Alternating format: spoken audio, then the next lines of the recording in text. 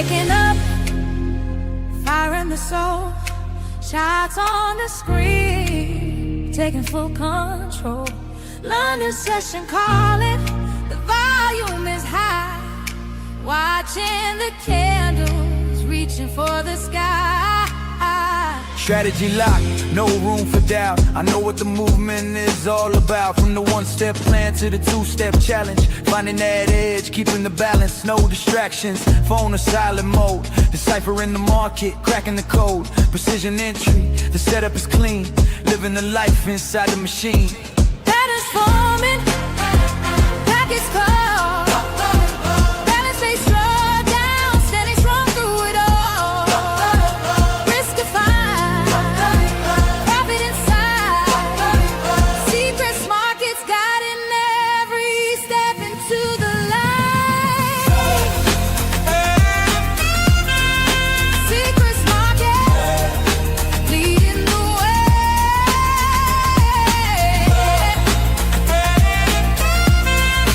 Making a move every single day. Charts in the vision, strategies align with every trade. Our future is defined. Charts in the vision, strategies align with every trade.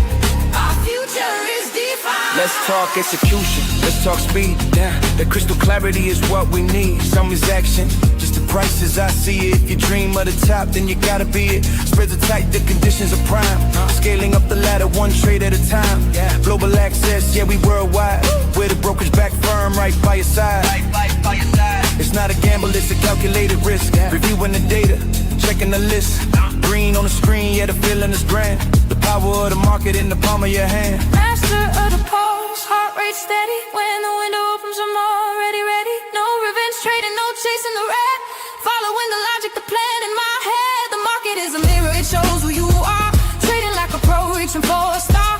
Seacrest is the vessel, the compass is true. Breaking every barrier, breaking on through. Discipline and patience, the tools of the trade. This is how a lasting legacy is made.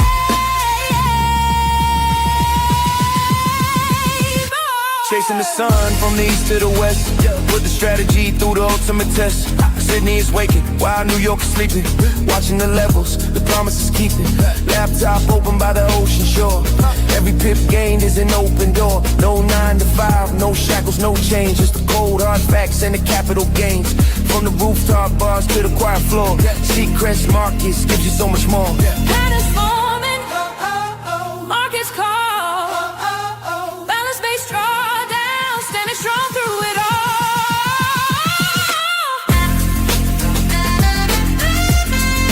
Seacrest Markets leading the way.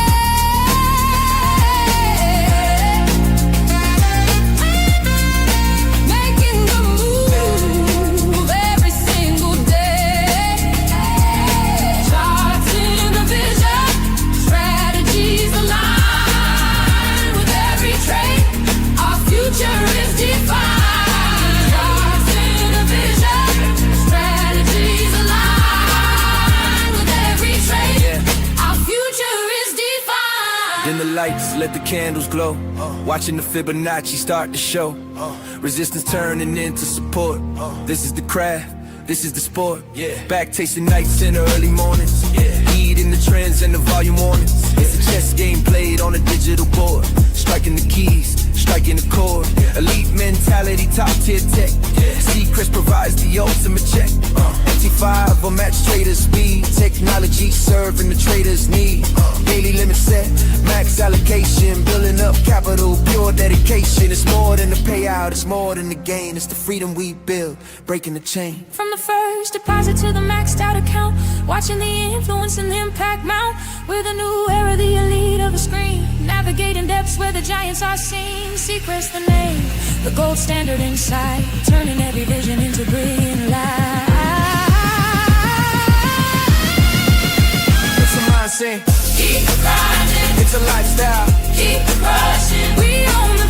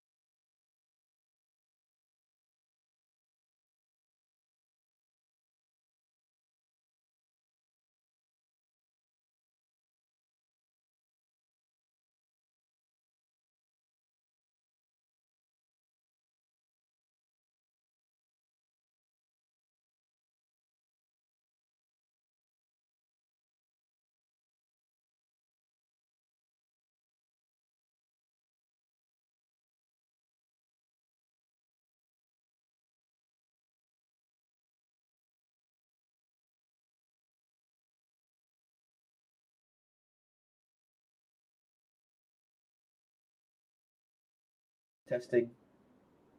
Can anyone hear me now?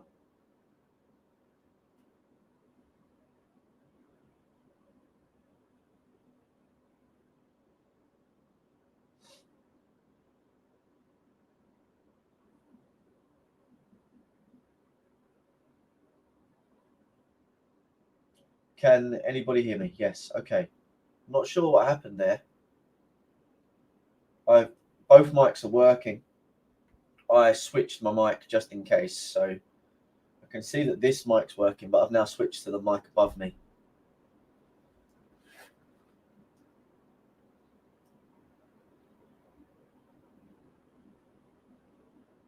Strange. That mic is working. Interesting. All right, so that means potentially that no one has heard anything, which is quite annoying. Can hear now. Why didn't you say anything earlier, Ian? I've been talking for 13 minutes. Oh, no. All right, never mind. It is what it is. All right, so everyone's seen me talking about this short, but no one's heard me. Okay, all right, never mind. Let's recap. Happy to recap. Yesterday, we saw the return of the US markets. US liquidity returned to the markets, following obviously a global market holiday out in the US. There was a lot of divergence as we entered into the market. Expectations were for a pullback into supply, which were my expectations as per the London live stream, which we hosted yesterday. What did we get? We got that sell-off through early hours of London, which we were discussing. And then the expectation was for price to pull back into supply all the way into the US and then look for some form of sell-offs post US Open, which we got. There was a long opportunity into this supply that I was discussing with someone yesterday that I didn't take, but they were prime in terms of volume was there, confluences were there, market structure and momentum were there, and that was heading into very early part of US session, so about 20 minutes into the US session, which is around here, and it was actually a really nice long, and you could have obviously capitalized at about 1-to-1 on that trade if you do 1-to-1 trading. If you do more, then you would have actually been stopped out, whether that be for a trailed stop or break even, or whether you just look to manage your position inside this area here. Now, what we're seeing at the moment is obviously that continuous shadow over the tariffs and, of course, the continuation with Davos this week. So geopolitical headlines are still dominating with the World Economic Forum, and the 10% to 25% tariffs on European nations are weighing heavily on overall sentiment. In terms of what we're seeing is risk off. So we're still seeing bullish gold. So very, very bullish gold. You know, it traded up towards 46.50, which was the level that we wanted to see it stay above, which it did. Obviously, the next psychological target was, as of yesterday, 4,800. Bitcoin, other cryptocurrencies, still neutral to bearish. Obviously, price is struggling to reclaim specific levels, and we're starting to see the infamous death cross in those markets. I know that we've got a couple of individuals that are short ETH USD, so they're short Ethereum, which is a lovely short. I was just going to say it's on the back of discussions that we had last week, which, to be fair, it was. And we were talking about getting short Ethereum on Monday with the move and taking out the week lows, which I know that Wiz and I spoke about very briefly in the community channel here yesterday. As for FX, the dollar is grinding higher as obviously the market reprices with more restrictive Fed movements, and we're seeing vulnerability across euro dollar. And overall, there is a bearish bias on indices at the moment, whether that be the DAX, the S&P, the NASDAQ, or the Dow. So if you're trading futures, that's NQ, ES, and YM. So the bearish bias is pretty much still active until probably the Davos rhetoric starts to cool. We'll take a look at the DAX, but it was realistically the last support level I was looking at when I traded in, well, when I looked at markets last night, sorry, was 24,500 being the major support. Because we're midweek, we're going to be wanting to look at UK CPI results that came out this morning. And obviously we'll be wanting to look at gold support levels to understand where there are potential entries or potential areas that we need to take into consideration in case the market starts to turn once the rhetoric changes and once the theme changes from getting long metals and getting long safe havens to getting long risk again. And that will apply across indices, equities, and crypto. So that's very much the theme of what I was discussing early on during the session. In terms of macros, we had UK CPI inflation, which obviously the next rate move was critical for cable. We had tomorrow, we've got Thursday's US PCE across obviously the US, and we also have their GDP. That is the week's main event, right? Fed's preferred gauge expected on GDP at 2.8% year on year. Moving out to Thursday, again, we have flash PMIs across Euro, US, UK. And then on Friday, we have the Bank of Japan's rate decision. So we'll be looking to see and identify any hawkish surprises for the yen. So coming back into the charts on the S&P, the expectations, as I mentioned, it was a bit early on when I mentioned it. It was around here. But the expectation was for price to pull back into supply, finding areas within the premium to get short into the US session because we wanted to see a better pricing, which we got. In terms of where the S&P then traded into, which obviously that extreme supply up around 68. First port of call was this demand. This is the demand that broke the last point of supply that brought us into that extreme supply.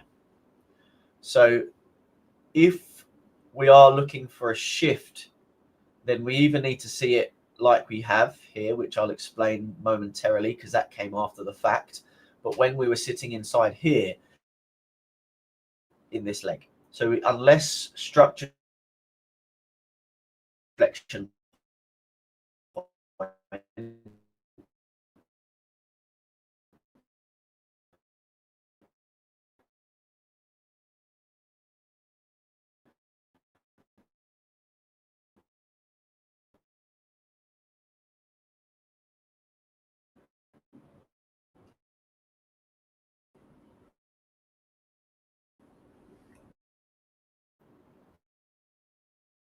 okay, good, we're back.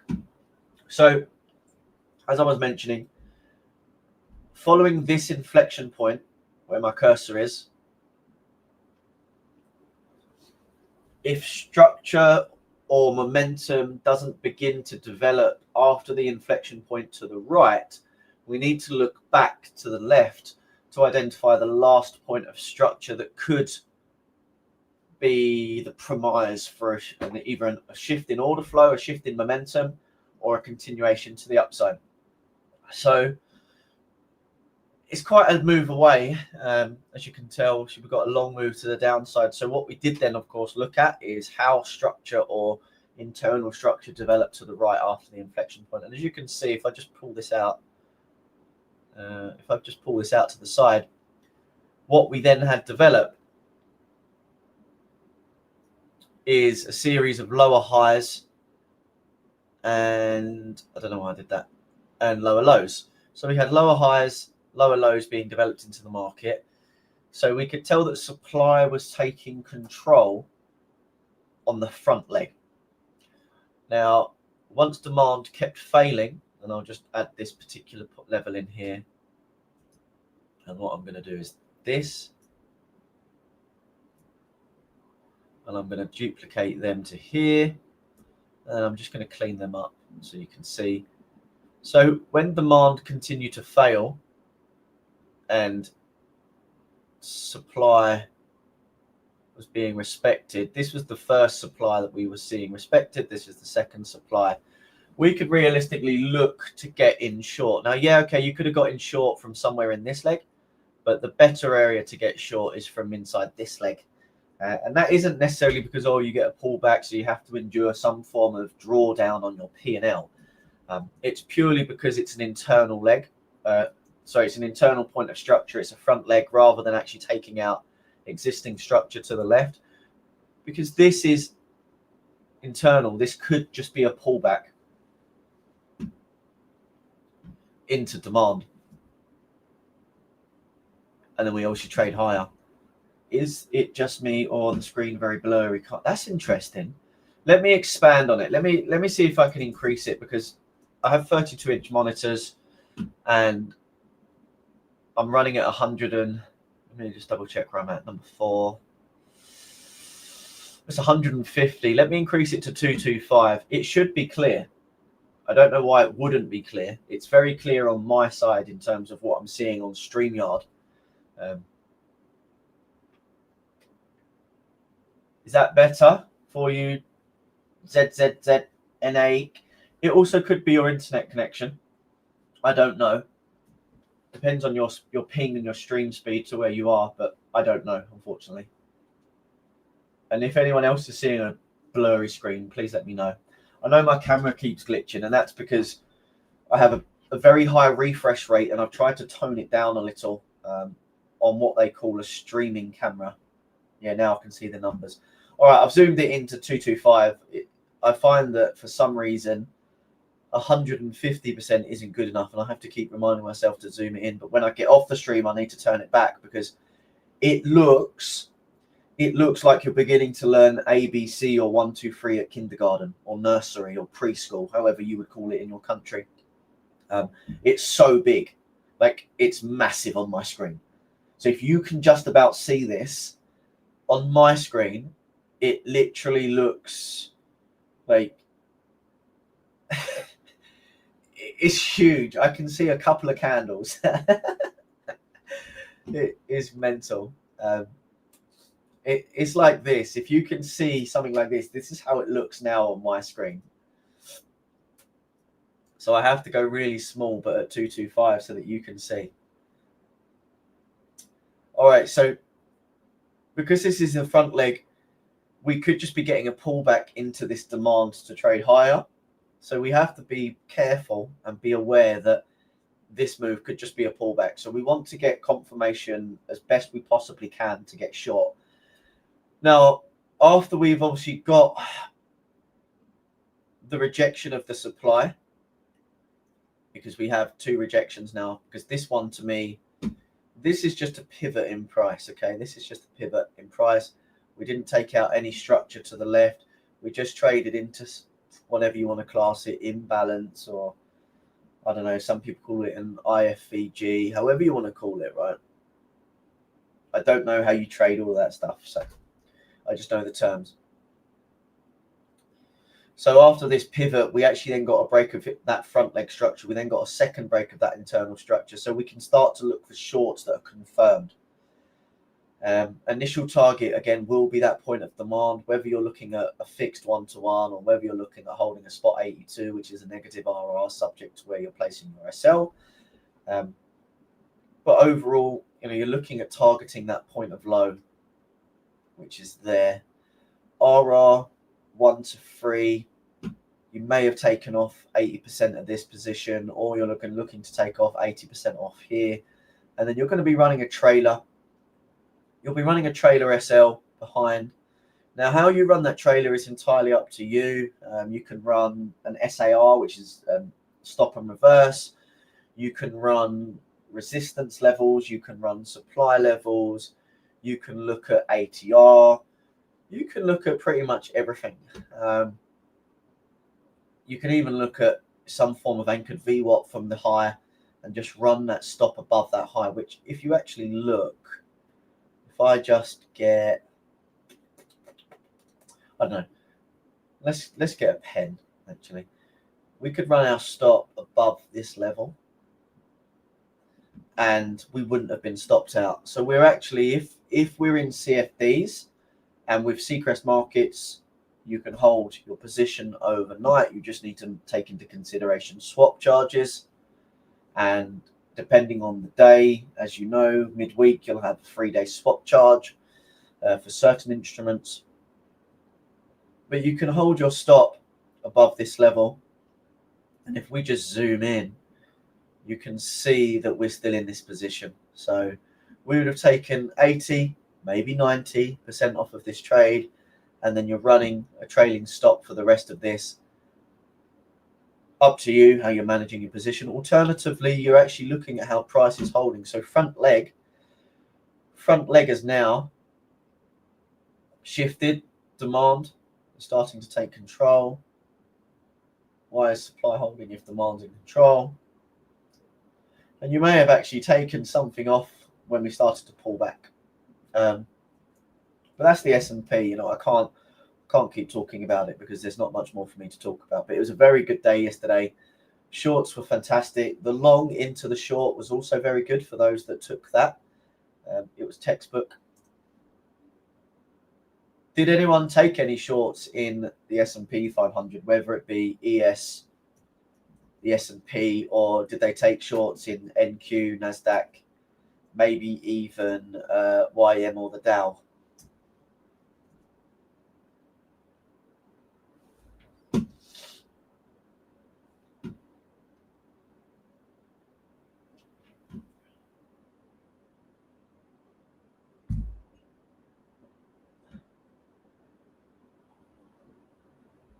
How's those ETH shorts doing? Let's take a look.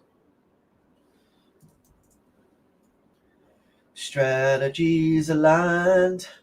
Yeah, very nice. So those shorts were originally from up here.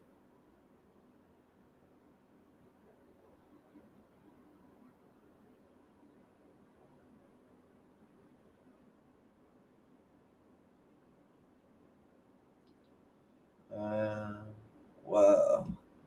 Cool. I called these targets ages ago. For those of you that have been following the live stream from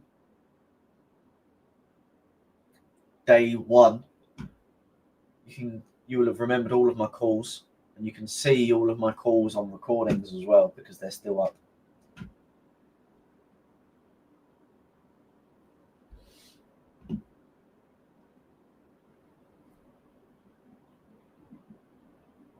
So if I was to look at where Ethereum is at the moment, you know, we started to trade out from that ascending trend line that you can see here, this ascending trend line support. At the moment, it looks like we're just retesting it. So we've had that breakout to the downside. We retested it. We tried to push down. We've retested it again. At this moment, it just looks like we're retesting to go lower. But I'd wait for markets to come in for the US. I successfully ate their stop loss. Nice. Whoever was long Ethereum, you know, there would have been a lot of volume here. Let's look back. Come out to the daily. Let's see if Coinbase provides their liquidity too. Not really.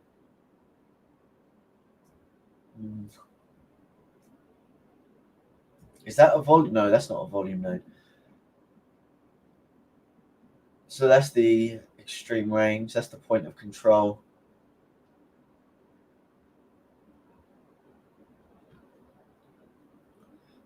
Whoever got long in and around these areas would have been hurting. And this is why you need to overlay Confluence US 100. Very nice, Ian. Well done. I'll take a look at that in a minute. This is why you need to take into consideration confluence levels. So where's supply and demand or support and resistance? Where are the ATRs? Where's volume? And what's the average pricing? And then overlay it with some subjective confluences. So overlay it with descending trend lines, patterns, and try to identify where the market could want to go following structure, if specific availability, order flow, and momentum then overlay it with your specific technicals, combine it with your macros and your geopolitics, and it's not hard. Trading is very hard, I appreciate that, but it's not hard to combine all of that when realistically structure, momentum, and order flow are almost intertwined. You know, volume is very quick glance. It just takes a little while to understand DOM or specific levels that you're looking at, or try to identify what's been printed in the market, what's active volume and what's resting volume. But it takes a couple of days. It's kind of like getting a new trading platform. I'm just trying to... New trading platforms take 7 days maximum to get used to. So when you see transitions from MT4 and MT5 to Match Trader or DX Trade or C Trader or Trade of 8 or any other platform, it's not, you know, they're the retail ones. It's not really, people always say, oh, it's difficult, but actually the difficult part about it is just adapting your routine, because traditionally you'll come in and go, right, click, software opens, MT5, click, trading view opens if you've got the desktop. But if you've got a web-based execution platform, be it any of the ones I've mentioned, you then have to open up more tabs. You then have to have multiple platforms. If you can't or choose not to copy trade across each platform, you know, whether that be CFDs and you're using social trader tools, you can connect all your platforms, or whether you're using Trade Syncer for futures.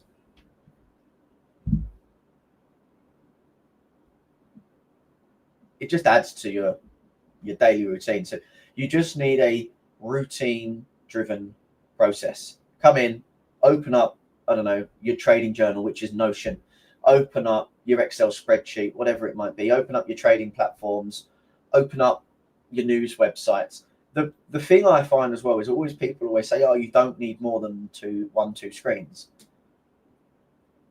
I disagree. And the reason I disagree is because when you're trading large funds, you've got the need and requirements to have a squawk. So you're listening to News Squawk, for example. You'll want some form of web-based news platform, be it Bar Chart or Bloomberg or CNBC or Trading Economics, one of those ones. You'll have Trading View open. You'll then have your execution platforms open. Realistically, you may even have your Seacrest Markets tabs open, your client area. You might have your prop firm tabs open. You might have your futures prop firm tabs open, be it My Funded Futures or another firm. And then you have their execution platform, so Trade of 8. You know, so, and then you've got all of the other stuff that you need to open. If you're issuing CFDs, MT5, right? So, and most people have a desktop rather than web-based. Alternatively, you'll have it on your phone.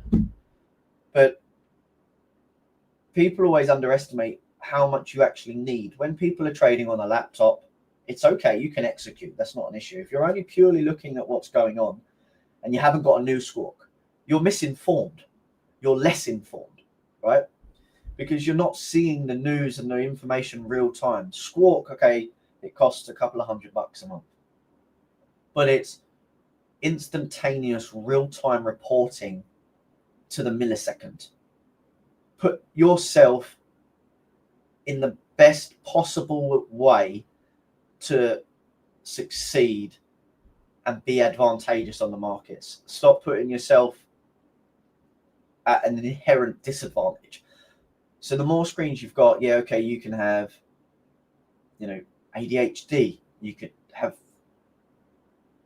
misalignment on focus. But if you have specific things for specific things, it's really easy to follow. You know, my top right-hand side screen, it's got all of my news information on, all my data, all of my squawks. My top left screen's got my risk tools and everything else. And then I'll have other screens for other things. It depends on what I'm looking for. When I'm trading, that's how I set it up. When I'm trading and doing hybrid stuff for my work, then I've got my risk screens, I've got my managers and my administrators, my everything. I've got my team channels, my communication channels, I've got my meeting channels, I've got my emails. It's not as simple as just having one monitor when what I would deem as a retail professional. If you really want to get ahead, you need to have more screens. And it's not just to have more screens, it's to be able to do more things to get ahead and execute better. More informed you are, sometimes the better it is. Not always, because you can have analysis paralysis and information overload, but it's about segmenting all of that. If shorts initial target, which I've already got on a horizontal, is about 2600 at this moment in time. So let's see if that breakout retest can hold. You know, we've got a lot of volume in this move. There is some divergence, so maybe we will see a pullback, but I'm not sure at this moment in time. I don't predict where markets are going. I try to react, but overall, I'll try to analyze on specific scenarios to understand the probabilities of where markets could go, and I'll try to trade in line with them. Let's take a look at no, we won't look at any stocks.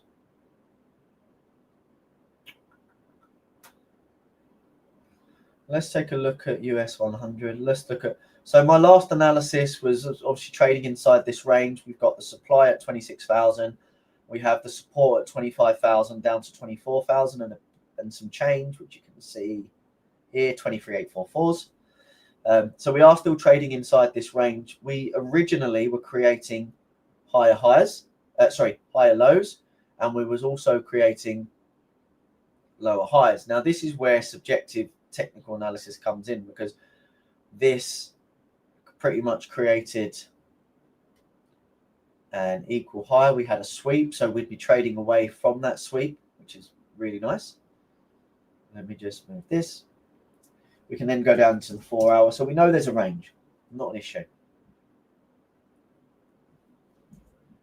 This is the sweep we were referring to. We then start to look at where is the last point of demand that caused this supply to fail. It's here. We've got that. So demand failed. We came back in. Supply was respected. We are in a range, so we can take shorts, okay? So we could look for shorts from here if we wanted to. We could look for shorts from somewhere inside here. Maybe here. Obviously, if you're holding over the weekend, you had that weekend gap risk, which, bearing in mind, most CFD brokers don't offer something called a guaranteed stop loss. They'll just offer a stop loss, and that's okay. A stop loss is what you're all used to, but it will fill you at the next available bid and ask price, depending on the levels. So where the next available liquidity is, it won't necessarily fill you at your stop loss if there's no liquidity available there. It will fill you where that next available liquidity is. And sometimes that can be if you're in a short above your stop loss, and if you're in a long, that can be below your stop loss. So you will get slipped, if you would like to call it that. And that is just pure liquidity. That's got nothing to do with the brokerage in most circumstances. That's the risk disclaimer, the caveat there. So we had the weekend gap risk. We opened down. We then obviously traded through that supply, that area of demand, which inherently, rewind that in, also then became supply. So we had that supply here. And then, of course, we could have looked for continuation shorts. Now, this is a bit hairy, I'll be honest, but it is in line with overall market weakness. But would we realistically want to be getting short that on the higher time frame? Probably not. We go down to maybe the 15-minute to get some context and clarity. So when we came into the M15, first of all, we're looking at where's the last point of demand that took out this supply. It's either this or this. So just because we've got hindsight now, we could use this. What then happened? Price took the highs. We failed the highs, so supply failed, demand's in control. So now what we need to see is this. Where's the last point of demand that took out that supply? It's here. Okay. Wait for price to come in. Did demand respect? No, it didn't. Demand failed. We now need to see if supply is going to hold. Is supply going to hold? We swept. So we did hold, but we swept it. So let me get my arrow just to show you in better terms. We swept supply. So we want to be trading away from the sweep or the fake breakout. We could either look at getting short immediately or waiting. Entirely up to you. But again, we're trading inside of range. Be careful. I mean, the short from Thursday and Friday was exceptional. So if you caught them from last week, which I know you didn't, Ian, but if you caught them from last week, textbook, you know, look, you've got demand here, respected, demand failed, came in, we could have got short from here. We would have wanted to close out before the close of the weekend if we were in futures, but with CFDs, you could have held that. You would have expected a huge move to the downside. And do you know what would have been really interesting? So you only hear people complain when they get slipped on their stop losses. You rarely ever hear people complain when they get slipped on their TPs. And that's in their favor when I'm referring to slipped on their TP. So let's say you got in, I don't know, here. You had your stop above here and your TP was here, right? Let's just say it was here. Market opened here.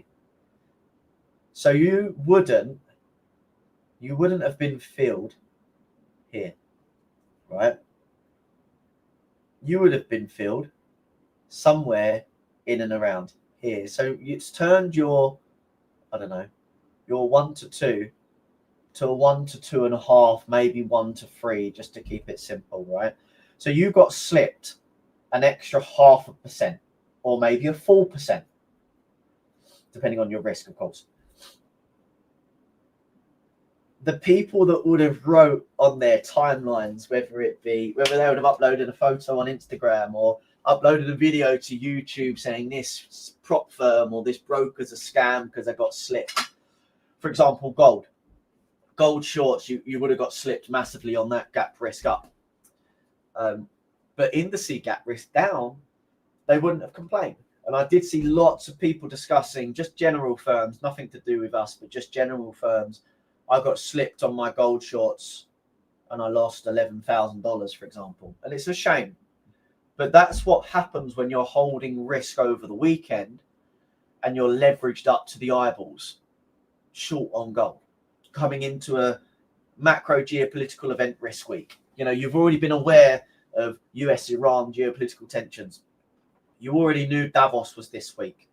You already knew there was discussions around Greenland and potential tariffs, right? So you're short safe havens into the weekend. Tell me why. Just give me the money. But you would see videos made on all of that. You would see tweets and messages on all of that. Oh, this firm scammed me because of this.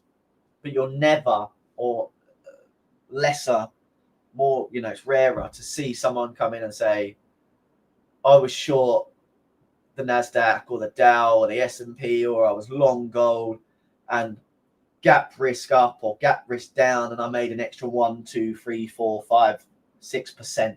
I made an extra 5, 10, 15, 25 grand. The broker has to wear that, or the prop firm has to wear that, right? Imagine the firm coming out and be like, oh, no.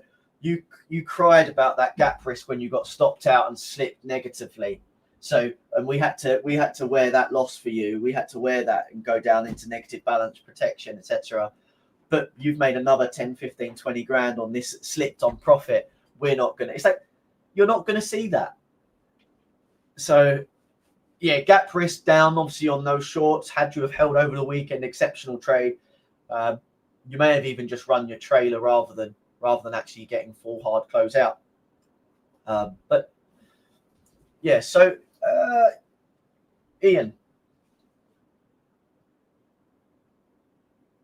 I don't know how you trade, but if you trade how I've marked this up, did you get short from somewhere inside here, Ian? Or was it a bit earlier? I don't know. I'm guessing your time zone is either UK or plus, hence you're on this stream. You wouldn't be negative time zone. You wouldn't be in the US, I doubt. But that's 4:30 UK time. And then, of course, it would be about 12, 11, 12 US time. Still tradable.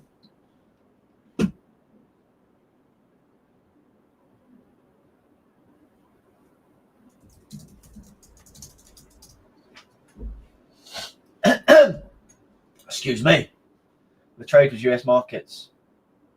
I know. But when? What time? What time? US markets time. I know, but what time? Like, so I can pinpoint maybe your entry. Was it around somewhere here, like I've said, like where I would have shorted? Or was it sooner and you've just traded the momentum? Did you trade a scalp in this front leg?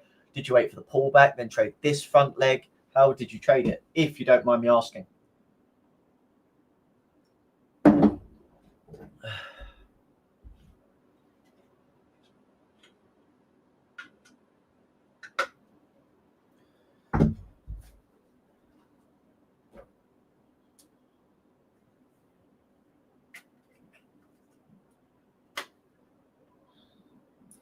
Oh, okay. I have to go back to London time to know that. Okay. So you got short from somewhere inside here, then enter short under midnight open. Oh, okay. So similar to where I would have suggested. Nice short. Well done, Ian. If you don't mind me asking, who are you trading with at the moment? Are you trading with Seacrest Markets? Oh, yes, yeah, so it was here. It was the exact level that I was talking about earlier, Ian. Are you trading with Seacrest Markets at the moment? I do look at UK oil. I look at US oil. I look at nat gas as well.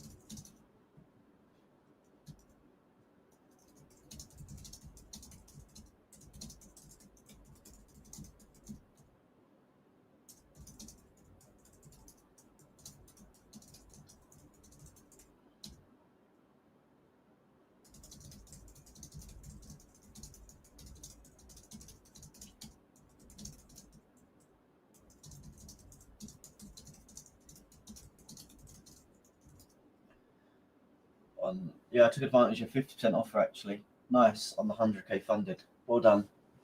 That's really cool.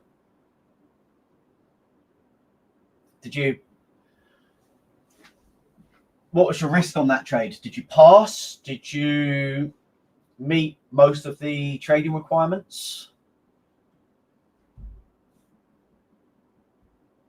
And are you actually funded?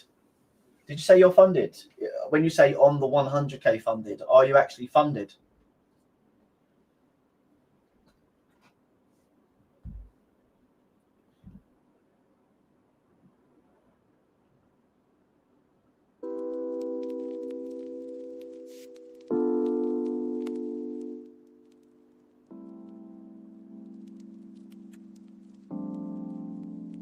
Not funded yet. Soon. Very soon. We'll get there. So is that how you trade? Do you trade looking at Asia highs, London highs, Asia lows, London lows, and then look at some form of either opening range move?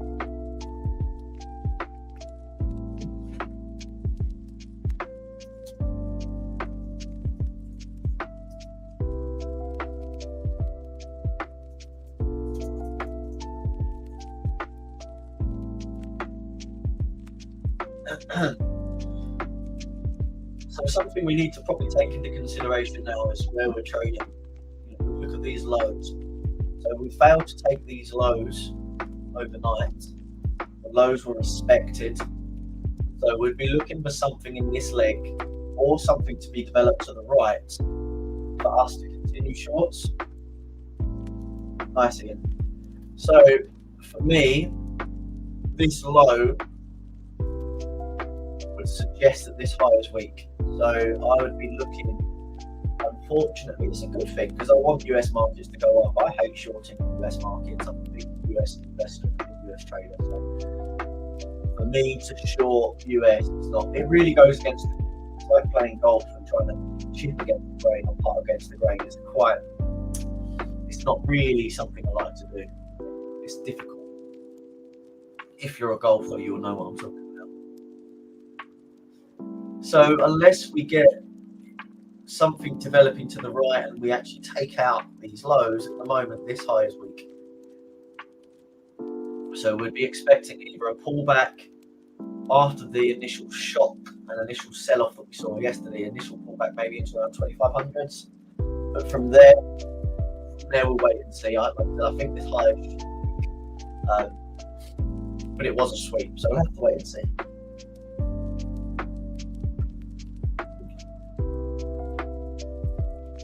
Let's see if I've got UK 100 score list. UK oil, sorry. I don't think it helped.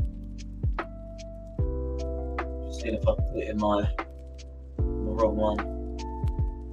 You've only got US oil. That's alright.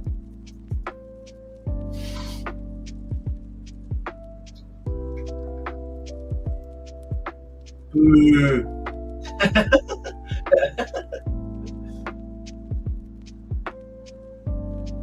Right, let's just go on this one.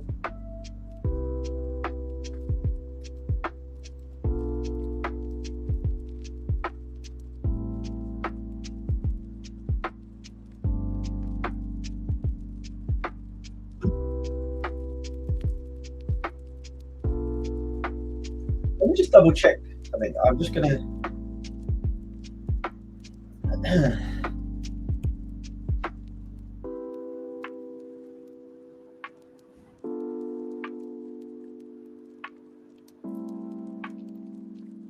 Just looking at when I last called a short on oil.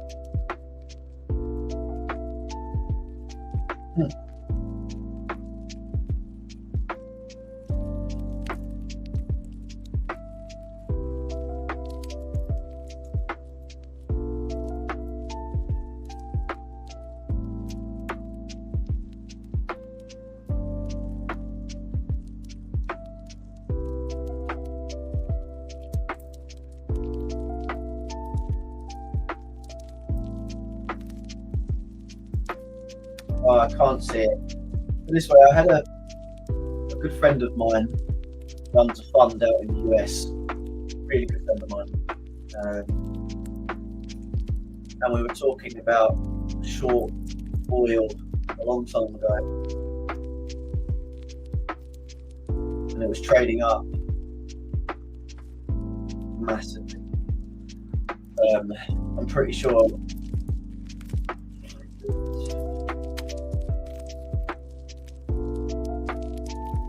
Doesn't matter.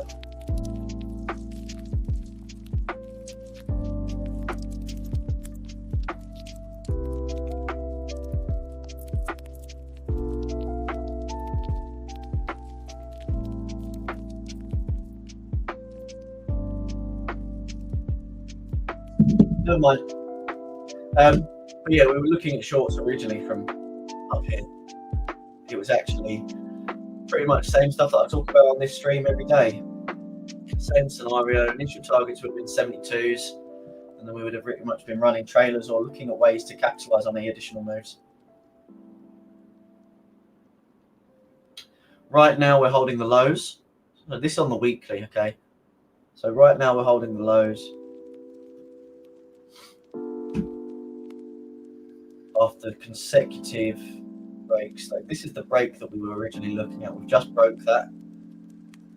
It came back into supply, which was the last point of supply that broke the demand. This low is now failing. So in all fairness, looks like oil wants higher at this moment in time. We need to see how the right develops.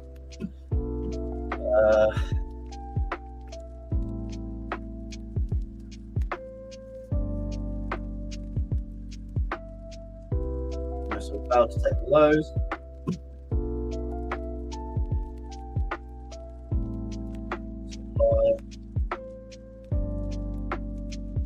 Supply. Support, demand here.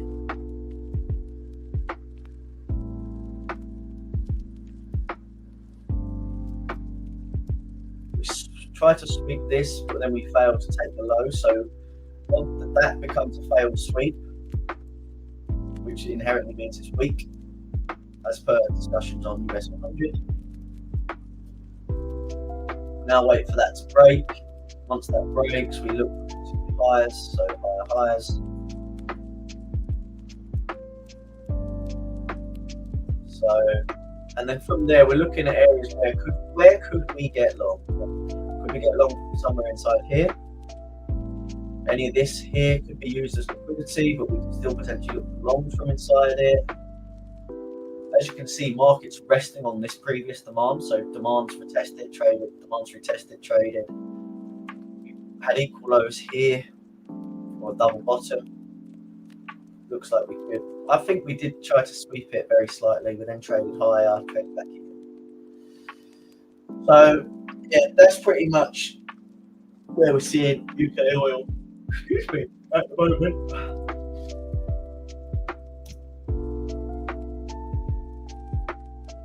You know, this high failed, so this low's weak. This low got taken. We then created a rounded bottom, which is an ascending flag. So broken the trend line, continues to the downside. So maybe we are targeting something in the 62 handle area. Does anyone else have any other question at all?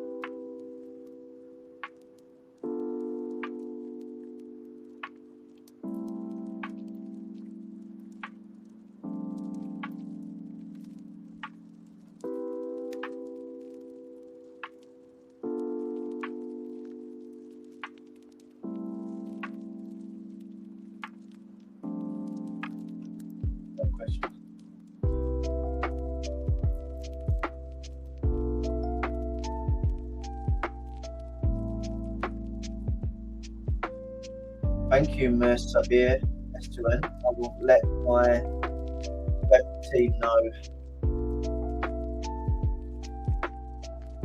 For those of you that are obviously on the live stream, thank you very much for joining. I appreciate there were some technical issues at the very beginning of this stream, whether that be microphone issues, viewing issues, or stream connection issues. But again, it's always an honour and an absolute pleasure hosting these live sessions with you all. For those of you that are interested, please like and subscribe, follow the channel, turn notifications on. I'm here every single day, Monday to Friday, 8 AM UK GMT, 9 AM UK GMT, analysing, trading the markets alongside you all, providing generational ideas, purely for educational purposes. But for those of you that are listening and tuning in, watching the recording, have an exceptional trading day. Hope trading is going well, and I look forward to seeing you inside Seacrest Markets when you can. Have a wicked trading day.